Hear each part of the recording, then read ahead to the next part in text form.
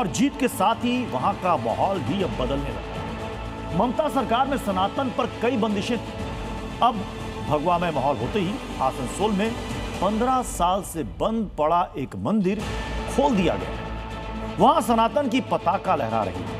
साथ ही जो लोग बंगाल में बाबरी मस्जिद बनाने का सपना देख रहे थे, उनका सपना भी अब अधूरा ही रहने वाला है। मतलब बंगाल में अब सनातन के अच्छे दिन शुरू हो गए।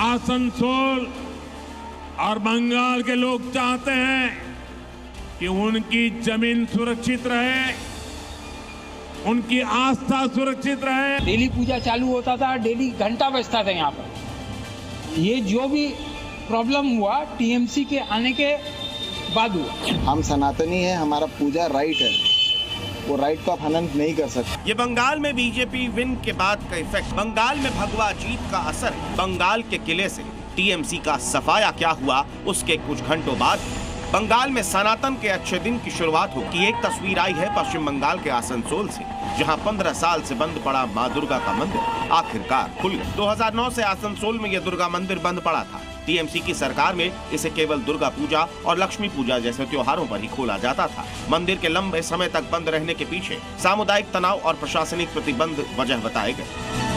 ये मंदिर सिर्फ 3 पूजा के लिए ही खोला जाता था और 3 पूजा करने के लिए खोला जाता था, लेकिन डेली पूजा कोई कीमत पर कोई कर नहीं सकते थे। ट्रस्ट के जो सदस्य हैं उन्होंने कहा कि हाई कोर्ट ने ये बोला था कि मंदिर खुला रहेगा, मंदिर में पूजा कर सकते हैं, लेकिन जो डिस्ट्रिक्ट एडमिनिस्ट्रेशन है ये लोग नहीं मानते रहे। हिंदुओं ने नारियल फोड़कर मंदिर को खोल दिया है।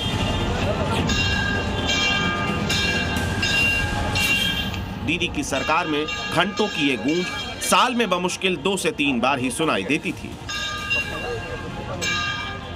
लेकिन अब सुबह शाम मंदिर में हिंदू घंटे भी बजाएंगे और आरती भजन कीर्तन होगा। अच्छा लग रहा है, बहुत बेचैन थे, अब ठीक है। जय माता। खुल गया, बहुत अच्छा है, सामाजिक सौहार्द बना रहे। तृणमूल प्रशासन के लिए बंद था। हमारे पास ऑर्डर होने के बावजूद, हाई कोर्ट का ऑर्डर होने के बावजूद यहाँ के प्रशासन एडीएम डीएम इम्प्लीमेंट नहीं करते थे उस ऑर्डर को। उनका कहना था यहाँ पे अगर मंदिर चालू होगा तो ब्लड बात हो जाएगा। सनातनियों के चेहरे पर अलग चमक, अलग दमक दिखाई। भगवा वस्त्र में बंगाल का हिंदू नाचने लगा। बंगाल में बीजेपी को बहुमत मिले सिर्फ 24 घंटे ही पूरे हुए हैं कि राज्य में अलग अलग हिस्सों में बदलते पश्चिम बंगाल की तस्वीरें सामने आने लगी।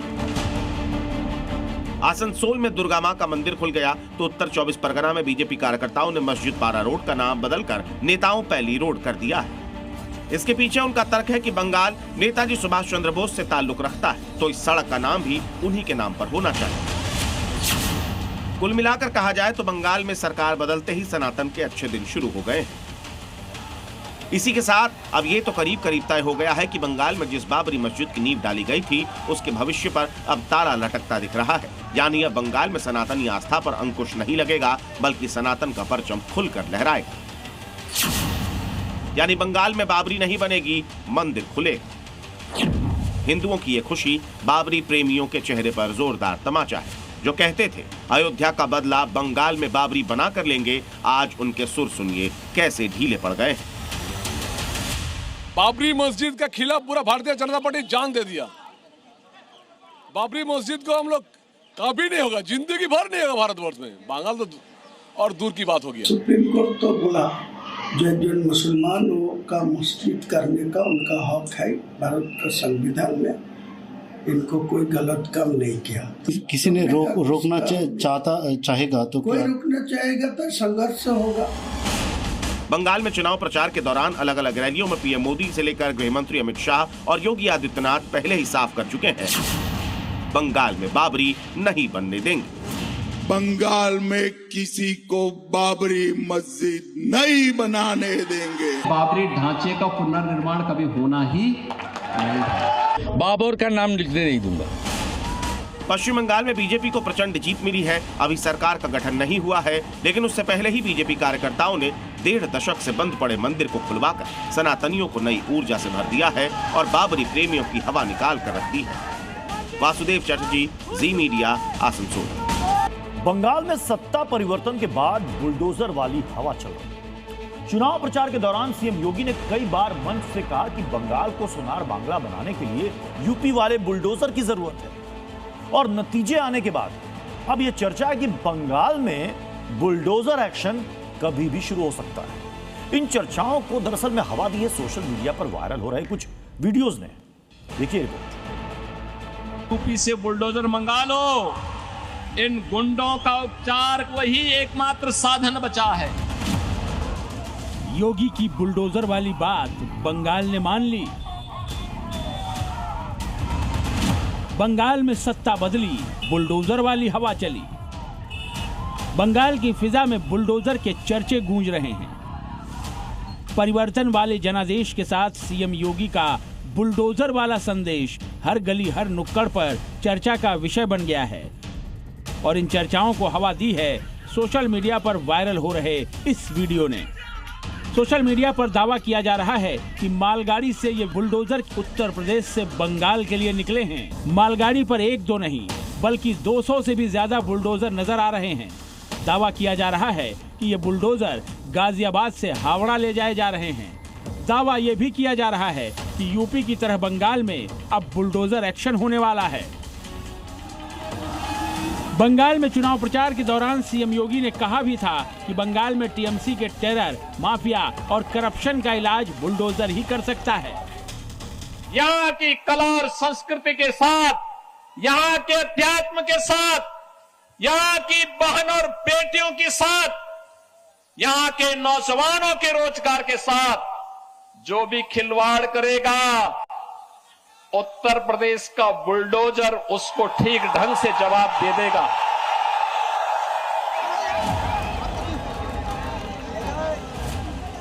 सीएम योगी ने एक बार नहीं चुनावी मंच से कई बार इस बात का जिक्र किया कि यूपी में गुंडे माफिया का बुलडोजर तरीके से इलाज करता है और बंगाल में जड़ें जमा चुके अपराधी प्रवृत्ति के लोगों को उसी तरह के इलाज की जरूरत है। अब चर्चा है कि बंगाल में भूमाफिया के ठिकानों पर बुलडोजर चलेगा, अवैध कब्जों पर बुलडोजर गरजेगा, घुसपैठियों का इलाज भी बुलडोजर करेगा, दंगाइयों पर बुलडोजर चलेगा, कटमनी गैंग को भी बुलडोजर सबक सिखाएगा और बेटियों के दुश्मनों का भी बुलडोजर हिसाब किताब करेगा। योगी ने कहा था कि बंगाल में सत्ता बदलते ही जैसे यूपी में बुलडोजर एक्शन होता है, बंगाल में भी होगा। अब उत्तर प्रदेश में न कर्फ्यू है न दंगा है, यूपी में सब चंगा है। एक्सप्रेसवे बन रहे हैं, एयरपोर्ट बन रहे हैं, गुंडा मुक्त, माफिया मुक्त। और अगर कोई माफिया सिर उठाता है, यूपी का बुलडोजर उसको सड़कों पर, एक्सप्रेसवे पर उसकी हड्डी तस्वीर एक करता है। बंगाल में सत्ता परिवर्तन के बाद बीजेपी के नेता और कार्यकर्ता जगह जगह बुलडोजर पर जश्न मनाते भी दिखाई दिए। बीजेपी के कद्दावर नेता और खड़गपुर सदर से उम्मीदवार दिलीप घोष ने अपनी जीत के बाद बुलडोजर पर सवार होकर ही जश्न मनाया। दिलीप घोष ने बुलडोजर पर सवार होकर कार्यकर्ताओं के साथ विजय जुलूस निकाला। इन तस्वीरों से ये अंदाजा लगता है कि बंगाल में बाबा के बुलडोजर को लेकर किस तरह का क्रेज है। लोगों को भरोसा है कि जैसे यूपी में बुलडोजर एक्शन के जरिए कानून व्यवस्था की गाड़ी पटरी पर आई, बंगाल में भी उसी तरह से हो सकता है। कोई माफिया क्या कह रहा है, उससे भयभीत होने की आवश्यकता नहीं। कोई मौलाना क्या पक रहा है, उससे चिंता करने की आवश्यकता नहीं। आने दीजिए डबल इंजन की बीजेपी की सरकार को, ये सभी आपकी चाटकारिता करते हुए दिखाई देंगे। आपके लिए बंगाल की सड़कों पर झाड़ू लगाते हुए दिखाई देंगे ये सभी लोग। अब बंगाल में सत्ता परिवर्तन हो चुका है, तो चुनाव प्रचार के दौरान बुलडोजर एक्शन को लेकर कही गई सीएम योगी की बातें चर्चा का विषय बन गई। बंगाल में सत्ता बदल चुकी है, लेकिन हिंसा का दौर नहीं बदला है। वहां राजनीतिक हिंसा का दौर अब भी जारी है। आज उत्तर 24 परगना के न्यू टाउन इलाके में बीजेपी के विजय जुलूस पर टीएमसी के कार्यकर्ताओं ने हमला बोल दिया। इस हमले में एक बीजेपी कार्यकर्ता की जान चली गई। चुनाव परिणाम आने के बाद से ही बंगाल में तनाव है। कहीं पार्टी दफ्तर पर हमले हो रहे हैं तो कहीं दूसरे पार्टी के समर्थकों को पीटा जा रहा है। सवाल यह कि आखिर बंगाल का हिंसा वाला डीएनए कब बदलेगा? आगजनी, तोड़फोड़, मारपीट, हिंसा, बवाल। बंगाल की जनता ने टीएमसी को सत्ता से बेदखल और बीजेपी के हाथ कमान सौंप। बंगाल की राजनीतिक पिक्चर तो बदल गई, लेकिन बंगाल में हिंसा की पिक्चर वैसी की वैसी ही है। टीएमसी पार्टी दफ्तर में आग लगा दी, कहीं पार्टी ऑफिस में तोड़फोड़ हुई, तो कहीं बीजेपी टीएमसी कार्यकर्ता आपस में भिड़ गए। जिस दुकान में आग लगी उसके ठीक 10 फीट की दूरी पर बीजेपी का दफ्तर है। दुकान धू-धू कर जल रही, आग की लपटें उठ रही हैं। कुछ लोग आग बुझाने की कोशिश कर रहे हैं। आगजनी का आरोप बीजेपी कार्यकर्ताओं पर लगा है। जमुरिया बाराबनी विधानसभा क्षेत्र में भी टीएमसी के दफ्तर को फूंक दिया गया। गनीमत रही कि आगजनी के दौरान किसी को नुकसान नहीं पहुंचा। जमुरिया और बाराबनी विधानसभा की सीटें पश्चिमी बर्धमान जिले में आती हैं। पश्चिमी बर्धमान जिले में 9 सीटें हैं और सभी 9 सीटों पर कमल खिला है। दीदी के जाते ही जमुरिया में भीड़ ने टीएमसी के कार्यालय पर हमला बोल दिया। कुर्सी टेबल को तोड़ दिया गया। पार्टी दफ्तर पर कब्जा कर लिया गया। बंगाल में चुनावी हिंसा का पुराना इतिहास रहा है। 2014 से 2020 तक बीजेपी के 300 कार्यकर्ता बंगाल में मारे गए थे, जबकि 2021 में चुनाव के दौरान और चुनाव के बाद 37 से ज्यादा बीजेपी कार्यकर्ताओं चुनावी रंजिश के कारण हत्या कर दी गई। लेकिन 2026 में सत्ता बदलने के बाद भी हिंसा की राजनीति पर फुल स्टॉप नहीं लगा। प्रधानमंत्री मोदी खुद कह चुके हैं, अब बंगाल में राजनीतिक हिंसा का अंतहीन चक्र बंद होना चाहिए। आज जब भाजपा जीती है तो बदला नहीं, बदलाव की बात होनी चाहिए। भय नहीं, भविष्य की बात होनी चाहिए। मेरी सभी राजनीतिक दलों के कार्यकर्ताओं से अपील है, आइए हिंसा के इस अंतहीन चक्र को हमेशा के लिए खत्म करें। नतीजे आने के बाद से बंगाल के अलग अलग जिलों में इसका रिएक्शन दिखने लगा। पूरे बंगाल में निशाने पर टीएमसी कार्यकर्ता और टीएमसी का दफ्तर रहा।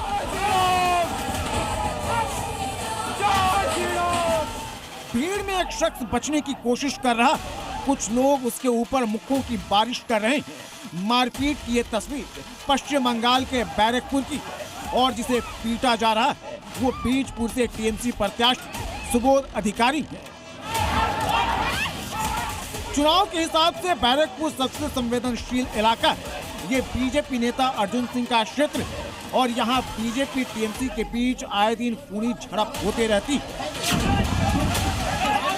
हालांकि अब बीजेपी की सरकार बनती अर्जुन सिंह ने समर्थकों को हिंसा नहीं करने की नसीहत की है। मेरा कार्यकर्ताओं को एक ही बात कहूंगा कि भाई किसी भी तरह का वायलेंस को सपोर्ट मत कीजिए। हमारा जो अपोजिट में जो है वो भी कार्यकर्ता है, उसकी कोई मजबूरी है, वो उसके साथ सटा हुआ है। बहुत सारे लोग उसमें रह के हम लोग के साथ सपोर्ट किए हैं। हम लोग ऐसा कोई काम नहीं करेंगे जिससे किसी भी नुकसान। इस अति उत्साह कहिए या फिर बदले की राजनीति, बंगाल में जहाँ भी टीएमसी का झंडा बैनर दिख रहा है, जय श्री राम के नारे के साथ भीड़ टूट पड़ रही। ये मारपीट, बवाल, तोड़फोड़ की तस्वीर कोलकाता की, नॉर्थ 24 परगना के या फिर साउथ 24 परगना, हर जगह टीएमसी दफ्तर के बाहर बीजेपी समर्थकों की भीड़ अटैकिंग मोड में दिखाई दी। अब बीजेपी के बड़े नेता समर्थकों से शांति बनाए रखने की अपील कर रहे हैं। कुछ ऐसा छुटपुट घटना सामने आ रहे हैं जो भारतीय जनता पार्टी का झंडा लेकर तोड़फोड़ किया गया, इसको हम कंडेम करते हैं और उसका साथ साथ हम ये स्पष्ट कर देना चाहते हैं, अगर ऐसा कोई करे उसको पार्टी से निकालने के लिए हम बद्ध हो जाएंगे। कि उसमें हम स्पष्ट रूप से कहना चाहते हैं कि बीजेपी को बीजेपी बने रहना है, टीएमसी नहीं बनना है। टीएमसी को लोगों ने रिजेक्ट किया, इसलिए टीएमसी जैसा आचरण मत करिए।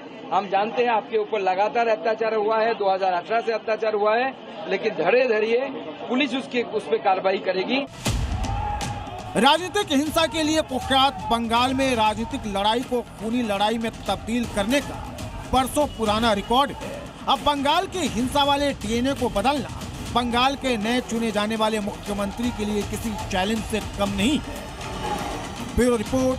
राज्य कोई भी हो, कट्टरपंथियों की नजर हिंदू बेटियों पर ही होती है। हिंदू बेटियों को अपनी जाल में फंसाने के लिए कट्टरपंथी नए नए हथकंडे अपना रहे हैं। पहले लव जिहाद और अब जिम जिहाद। जिम ट्रेनर बनकर वो हिंदू बेटियों को अपनी जाल में फंसाते हैं, फिर दोस्ती करते हैं, आपत्तिजनक वीडियो बनाते हैं और इसके बाद शुरू होता है ब्लैकमेलिंग का खेल। लेकिन यूपी में जिम जिहादियों पर योगी फोर्स ने सर्जिकल स्ट्राइक कर दी। मुझे माफ कर, मुझसे गलती हुई, मुझे माफ कर। थाने में योगी फोर्स जिनकी परेड निकाल रही है, ऐसा कभी नहीं हुआ। ये जो हाथ जोड़कर माफी मांग रहे हैं, जो ठीक से चल भी नहीं पा रहे हैं, इन्हें गौर से देख लीजिए। एक का नाम अकरम खान है, दूसरे का नाम आलम है। दोनों सगे भाई हैं और ये दोनों जिम जिहाद का धंधा चला रहे थे। जिम के नाम पर हिंदू बहन बेटियों को ट्रैप करते, फिर उनके साथ शारीरिक शोषण करते और वीडियो बनाकर ब्लैकमेल कर लाखों रुपए वसूली करते। लेकिन अब योगी आदित्यनाथ और योगी फोर्स से माफी मांग रहे हैं। गलती हो गई, मुझे माफ कर, मुझसे गलती हुई, मुझे माफ कर, ऐसा कभी नहीं हुआ। ये दोनों यूपी के बरेली में जिम के बहाने हिंदू बहन बेटियों की इज्जत से खिलवाड़ कर रहे थे, लेकिन ये भूल गए कि ये यूपी है और यहाँ बाबा की सरकार है। जो भी बहन बेटियों की इज्जत से खिलवाड़ करता है उसे माफी नहीं मिलती है, बल्कि उसके गुनाहों की सजा मिलती है। अब जिहाद के नाम पर हमारी बेटियों के साथ जो खिलवाड़ किया जा रहा है, इसको रोकेंगे, सख्ती से रोकेंगे। फिटनेस के बहाने ये दोनों हिंदू महिलाओं को ड्रिंक देते और ड्रिंक पीते ही हिंदू बेटियां अपना होश खो देती थी। दरअसल अकरम और आलम ड्रिंक में नशे की गोली मिलाते थे। ड्रिंक पीने के बाद महिलाओं पर जैसे ही नशे का असर होने लगता तो दोनों उसके साथ गंदी हरकत करते, फिर इसका वीडियो बनाकर ब्लैकमेल करते। हिंदू बहन बेटियों को लुभाने के लिए इन्होंने शहर में सबसे हाईटेक जिम खोल रखा था, ताकि लड़कियां फिटनेस के बहाने आए और इनके जाल में फंस जाए। इस वक्त मैं मौजूद हूं अल्टीमेट फिटनेस क्लब और आपको दिखाऊंगा। देखिए ये वो फिटनेस क्लब है जहां पे अकरम जो है लड़कियों को जिम की ट्रेनिंग देता था। जिम की ट्रेनिंग देने के बहाने प्री वर्कआउट के पहले वो एक ड्रिंक देता था और उस ड्रिंक में जो है नशीला पदार्थ होता था। उसके बाद जो यहाँ लड़कियां थी उनका शारीरिक शोषण किया जाता था। इसका खुलासा तब हुआ जब एक महिला डॉक्टर जिम करने आई और फिर इनके जिम जिहाद की शिकार हो गई। दोनों कट्टरपंथी मई 2024 से महिला डॉक्टर को परेशान कर रहे थे।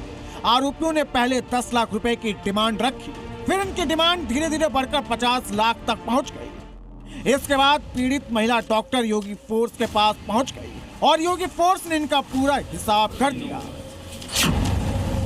इससे पहले यूपी के मिर्जापुर में जिम जिहाद का पर्दाफाश हुआ था, जहां जिम की यार्ड में लव जिहाद, धर्मांतरण और ब्लैकमेलिंग का खेल चल रहा था। जिम जिहाद के मुख्य आरोपी इमरान को योगी फोर्स ने चंडीगढ़ एयरपोर्ट से उस समय धर दबोचा जब ये विदेश भागने की फिराक में था। लेकिन जब योगी फोर्स ने जांच शुरू की तो कई शहरों में जिम जिहाद के नेटवर्क का जाल मिला। जिम जिहाद के पीछे मौलवी खलीलुर रहमान का हाथ था, जो जिम जिहाद के पूरे रैकेट को चला रहा था। अब योगी फोर्स को शक है कि बरेली से पकड़े गए दोनों जिम जिहादियों का कनेक्शन खलीलुर रहमान से भी हो सकता है। पुलिस अब पूरे यूपी में जिम जिहाद पर सर्जिकल स्ट्राइक की तैयारी में है। बरेली से अजय कश्यप के साथ ब्यूरो रिपोर्ट, जी मीडिया। मिडिल ईस्ट में अमेरिका और ईरान के बीच चल रहे सीज फायर की उल्टी गिनती शुरू हो गई। कभी भी महायुद्ध का राउंड 2 शुरू हो सकता है। वजह हॉर्मुज स्ट्रेट बन सकता है, जहां ईरान और अमेरिका के बीच तनातनी लगातार बढ़ती जा रही है। अमेरिका ने यहां फंसे जहाजों को निकालने के लिए ऑपरेशन फ्रीडम शुरू किया है, तो ईरान ने एक अमेरिकी जहाज को निशाना बनाकर मैसेज दे दिया है कि ऐसी कोशिश ट्रंप को बहुत भारी पड़ सकती है। मिसाइलों की गूंज और आत्मघाती ड्रोन के धमाकों की आवाज से मिडिल ईस्ट फिर से थर्रा रहा है। ईरान ने अपने ड्रोन और मिसाइलों से यूएई के फुजैराह पोर्ट को निशाना बनाया। इस हमले की कई तस्वीरें भी सोशल मीडिया पर वायरल हो रही हैं। ईरान के इस हमले में फुजैराह पोर्ट पर एक तेल संयंत्र में भीषण आग लग गई। फुजैराह यूएई के लिए बेहद अहम है। अमेरिका, इजराइल और ईरान के बीच चले संघर्ष के दौरान यूएई सबसे ज्यादा निशाने पर रहा है। 28 फरवरी से लेकर अब तक के संघर्ष में ईरान ने यूएई पर 2800 से भी ज्यादा ड्रोन और मिसाइल हमले किए हैं। हालांकि बाद में जब युद्ध विराम लागू हुआ तो हालात थोड़े सामान्य हुए, लेकिन अब यूएई पर फिर से हुए ईरान के हमले ने दुनिया भर की चिंता बढ़ा दी है। इस बीच अमेरिका ने संकेत दिया है कि वो स्ट्रेट ऑफ हॉर्मुज में जहाज़ों को सुरक्षित निकालने के मिशन पर काम कर रहा है। इसके लिए अमेरिका ने हॉर्मुज में ऑपरेशन फ्रीडम शुरू किया है। इस ऑपरेशन में 15,000 अमेरिकी सैनिक शामिल हैं। अमेरिकी नौसेना के विध्वंसक जहाज, 100 से भी ज्यादा जमीन और समुद्र आधारित विमान ऑपरेशन फ्रीडम का हिस्सा हैं। अमेरिकी सेना व्यापारिक जहाजों की आवाजाही को सुरक्षित बनाने में जुटी हुई है। अपने ऑपरेशन फ्रीडम को अंजाम देने के लिए अमेरिकी नेवी ने उस जगह से आगे बढ़ने की कोशिश की जहां उन्होंने कई दिनों से नाकेबंदी कर रखी है। अमेरिकी नेवी की इस कोशिश को ईरान ने करारा जवाब दिया है। उसने अमेरिकी युद्धपोतों पर हमला शुरू कर दिया, जिसका एक वीडियो भी उसने जारी किया है। ईरान के इस हमले से भड़के अमेरिका ने ईरान की 7 छोटी व्यापारिक नावों को निशाना बनाने का दावा किया है। इस हमले के साथ ही राष्ट्रपति ट्रंप ने ईरान को खौफनाक धमकी दे डाली है। ट्रंप ने कहा कि अगर ईरान ने फिर से अमेरिकी जहाज़ों को निशाना बनाया या हमला किया तो उसे धरती के नक्शे से ही मिटा दिया जाएगा। ट्रंप की धमकी पर ईरान ने भी पलटवार किया है। ईरान ने ट्रंप के प्रोजेक्ट फ्रीडम को प्रोजेक्ट डेडलॉक करार दिया और कहा कि अमेरिका को तुरंत हॉर्मुज स्ट्रेट से वापस लौट जाना चाहिए, वरना अंजाम बेहद बुरा होगा। ईरान ने कहा है कि स्ट्रेट ऑफ हॉर्मुज की सुरक्षा पूरी तरह से उसके नियंत्रण में है और यहाँ से गुजरने के लिए जहाजों को उसकी मंजूरी लेनी ही होगी। ईरान और अमेरिका के बीच हॉर्मुज में एक बार फिर से बढ़ती तनातनी ने दुनिया भर के माथे पर शिकन की लकीरें खींच दी। ऐसा लगने लगा है कि अब दोनों देशों के बीच चला आ रहा सीज फायर कभी भी टूट सकता है और एक बार फिर से दोनों देशों के बीच भयंकर महायुद्ध छिड़ सकता है। ब्यूरो रिपोर्ट, जी मीडिया। ट्रंप लगातार ईरान को धमका रहे हैं, लेकिन खुद अपने ही देश में सुरक्षित नहीं है। कोई तो है जो धुरंधर की तरह उनके पीछे पड़ा है। बीते 10 दिनों में ट्रंप की मौजूदगी वाली जगह के आसपास दूसरी बार हमला हुआ है। इस बार यह हमला व्हाइट हाउस के पास हुआ है, लेकिन नेशनल गार्ड ने उस हथियार बम को फिल्मी स्टाइल में ढेर कर दिया। क्या वाकई वॉशिंगटन डीसी की गिनती दुनिया के सबसे सुरक्षित शहरों में होती है? व्हाइट हाउस के पास नेशनल गार्ड की तमाम गाड़ियां, सुरक्षा कर्मियों का जबरदस्त पहरा, दौड़ते पत्रकार, सभी के चेहरों पर खौफ है। यह तस्वीर बता रही है कि कोई खतरा इनके पास से गुजरा है। बताया जा रहा है कि एक व्यक्ति ने व्हाइट हाउस के बाहर गोलीबारी की, जिसके बाद सुरक्षा कर्मियों ने जवाबी गोलीबारी की और उस शख्स को ढेर कर दिया। यह घटना तब घटी जब ट्रंप प्रेस ब्रीफिंग के लिए पहुंचे थे। इसके बाद व्हाइट हाउस के लॉन में मौजूद पत्रकारों को तुरंत ब्रीफिंग रूम में लाया गया। सवाल उठ रहा है कि क्या ट्रंप के पीछे धुरंधर पड़ा है, क्योंकि यह पहली बार नहीं जब अमेरिकी राष्ट्रपति डोनाल्ड ट्रंप पर हमले की कोशिश हुई है। 10 दिन के अंदर ट्रंप पर हमले की डबल कोशिश हुई है। कोल टॉमस एलन नाम के एक व्यक्ति ने वॉशिंगटन हिल्टन होटल में व्हाइट हाउस कॉरेस्पॉन्डेंस डिनर के दौरान सुरक्षा घेरा तोड़ने की कोशिश की थी। इस घटना के बाद डोनाल्ड ट्रंप, उनकी पत्नी मेलेनिया ट्रंप और उपराष्ट्रपति जेडी वेंस को तुरंत सुरक्षित स्थान पर ले जाया गया था। इसके अलावा 2025 में भी एक रैली के दौरान ट्रंप पर हमला हुआ था, जिसमें एक हमलावर ने दूर से गोली चलाई थी। ऐसे में एक बार फिर अमेरिका में राष्ट्रपति की सुरक्षा पर सवाल उठ गया है। अमेरिका की राजधानी वॉशिंगटन में व्हाइट हाउस के पास अचानक गोलियों की आवाज गूंज उठी और इलाके में अफरा तफरी मची। वजह थी कि एक हथियारबंद व्यक्ति यहां पहुंच गया था, जिसने सीक्रेट सर्विस एजेंट पर गोलियां चलाईं और जवाब में उसे गोली मार दी गई। इस वारदात के बाद सुरक्षा एजेंसी तुरंत सतर्क हो गई। व्हाइट हाउस के आसपास कुछ समय के लिए लॉकडाउन लगा दिया गया। बड़ी बात यह थी कि घटना उस समय हुई जब उपराष्ट्रपति जेडी वेंस का काफिला कुछ मिनट पहले ही वहां से गुजरा था। यह सिर्फ एक संदिग्ध गतिविधि है। सवाल कई हैं जो केवल दुनिया ही नहीं उठा रही, बल्कि अमेरिकी जांच एजेंसीज भी अब हर पहलू को ध्यान से खंगाल रही है, क्योंकि यह घटना ऐसे वक्त पर हुई है जब ट्रंप की सुरक्षा को लेकर पहले से ही चिंता बढ़ी हुई है। पिछले 1 साल में उन पर कई हमलों की कोशिशें और धमकियां सामने आ चुकी हैं। ब्यूरो रिपोर्ट, जी मीडिया। भगवा लहर की धमक पाकिस्तान तक महसूस की जा रही है। बंगाल में कमल खिला तो जिन्ना लैंड में हड़कंप मच गया। शहबाज से लेकर मुनीर तक पूरा पाकिस्तान डरा हुआ है। वहीं प्रधानमंत्री मोदी पाकिस्तान पर भगवा स्ट्राइक ना कर दे, इसका डर है। देखिए कैसे पाकिस्तानी चिल्ला चिल्ला कर रो रहे हैं। चुनाव बंगाल में था, लेकिन पाकिस्तान की दिल की धड़कनें तेज थी। चुनाव ममता बनर्जी हारी है, लेकिन रो पाकिस्तानी रहे हैं। बंगाल का किला बीजेपी ने पता क्या किया, पाकिस्तान में हाय तौबा मच गया। शहबाज से लेकर फील्ड मार्शल मुनीर तक की रातों की नींद उड़ गई। प्रधानमंत्री मोदी ने ये क्या कर दिया, कैसे ममता बनर्जी हार गई। पाकिस्तानियों को लग रहा है कि हिंदुस्तान में पाकिस्तान जैसा चुनाव होता है। वो भूल गए कि हिंदुस्तान में लोकतंत्र है, संविधान है, पाकिस्तान की तरह जनरल वाला कानून नहीं है। बंगाल में कमल खिला तो जिन्ना लैंड का बांग्लादेश मिशन फेल हो गया। बंगाल में कमल खिला तो मुनीर के सपने पर पानी फिर गया। पाकिस्तानियों को उम्मीद कि बंगाल में 30% मुसलमान ममता दीदी को कभी नहीं हारने देंगे और मोदी बीजेपी को जीतने नहीं देंगे, लेकिन मोदी लहर में दीदी का किला ढह गया। ब्यूरो रिपोर्ट, पाकिस्तान के बाद अब बात भारत में बसे पाकिस्तान प्रेमियों की। यूपी के बरेली में मौलाना तौकीर रजा के कुछ समर्थकों ने फिर से सीएम योगी को चैलेंज किया है और इस बार देश विरोधी नारे लगाकर फिर से चुनौती दी है। कुछ पकड़ में आ गए हैं, कुछ की तलाश चल रही है। यानी एक बार फिर मौलाना के समर्थकों का लठ ट्रीटमेंट होने वाला है। कभी कभी बुरी आदतें जाती नहीं लोगों को, तो उसके लिए उनकी डेंटिंग पेंटिंग करवानी पड़ती है कायदे से। जब भी दुस्साहस करेंगे ऐसे ही पिटोगे जैसे बरेली के अंदर पीटे गए। योगी जिस पिटाई का जिक्र कर रहे हैं वो तस्वीरें आपको याद ही होंगी। आई लव मोहम्मद प्रोटेस्ट के दौरान सितंबर 2025 में मौलाना तौकीर रजा के इशारे पर हिंसा की कोशिश की गई थी, तो योगी फोर्स ने सबका तरीके से इलाज किया था। लेकिन तौकीर रजा के कुछ गुर्गे उस इलाज को भूल गए और उन्होंने बरेली में एक बार फिर देश विरोधी नारेबाजी कर कानून व्यवस्था को बिगाड़ने की कोशिश की है।